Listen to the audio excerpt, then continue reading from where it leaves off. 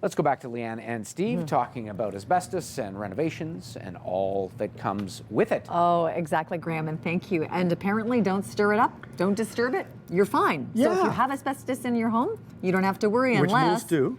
Which most do. And, okay, and that's important because you've brought along building materials containing asbestos. Yes. Again, asbestos is friable, which means that it's easily broken up and then gets airborne. It goes into your lungs, and asbestos is little, like little pieces of wire. And when it goes into your lungs, that's what causes the cancer. So you have to inhale it. You can ingest it, you have to inhale it. But it's so used, and it's in everyone's home, or many homes built prior to likely, what, 94?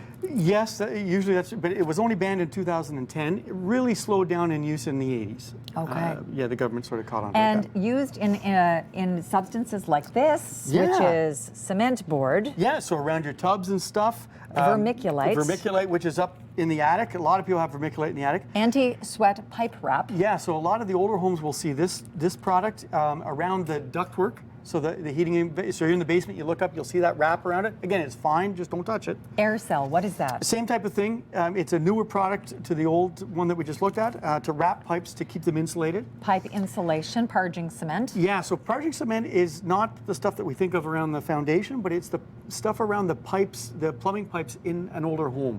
So it's that parging cement, so you got to be careful with that. And duct paper insulation. Yeah, another newer version of what we just looked at. And you brought this vinyl tile. Floor tile, yeah, we pulled that out of one of the renovations that we looked at. Typically, asbestos is only in the 9x9 tiles. Okay, and again, we can open this up and you don't have to worry because I'm not making it airborne, right? That's, well, I could if I could get it out of the bag. But, you know, if I... It's the rule of live TV. Yeah. Just like your So you rule can- of pouring cement, it's going to snow.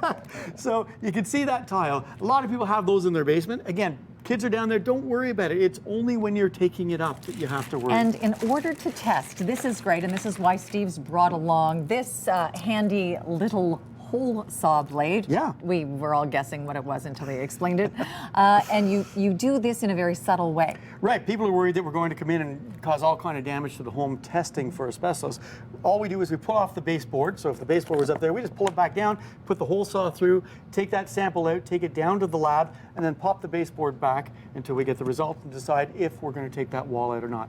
It serves another purpose too, because once we drill that hole, we can put our little camera up in there and look for ductwork or electrical. So it really is beneficial and something we would do in any home anyway. So you're able to tell just what would be involved in terms of plumbing, electrical, with the overall renovation. Exactly. Whether it's an easy fix or not. Yeah, and I think that's important to say that in the investigation, we call it a forensic investigation of a home before we do a renovation, to know what we're going to get into.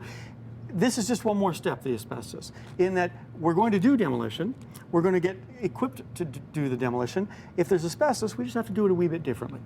And that's not a bad thing. It's, you know, it can cost a little bit more, but not a lot because you're doing the asbestos or demolition anyway. Know what you're dealing with and then be able to work with it. Yes, get a certified person in there to do the testing. So we're chatting about asbestos, but you may be saying, well, why didn't you mention lead or silica or mercury or arsenic? Yeah. Because those are all, the technical term is a designated substance. Correct. And again, those ones we know where to look for those. So arsenic, for example, we find in the old treated wood. So we know to look there before we start taking it out and we do know chewing so on much it. more. Absolutely. Health impact and otherwise. Yeah, and that's what today's about, is just for people to understand that they can deal with this. Asbestos comes in type 1, 2, and 3. So if it's a small amount, like a little hole saw or something, we can deal with that just by putting on a mask. Type 1, you don't need any. They recommend a mask, but you don't have to put it. Type 2, you have to have the mask. Type 3 is major areas where it's friable, you're cutting it with saws, and you have to have a shower and everything. This has been really informative, and just, you know, going back to what we mentioned earlier, it's the homeowner's responsibility. I'll have you explain it because you really know the facts.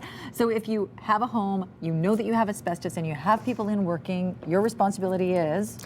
Yeah, it's to get a designated substance report so that the workers know where the asbestos is or other designated substances and work around it or deal with it properly. And that document is put out by the Ministry of Labour. It's on our website. It's a simple read and makes it all really clear. Great. It's on your website, and we're leading people to your website, viewers, and also we're leading you to Steve at the Ottawa Home Show that starts at the end of next week. Yes. You just go out there and make all kinds of friends with our wonderful viewers.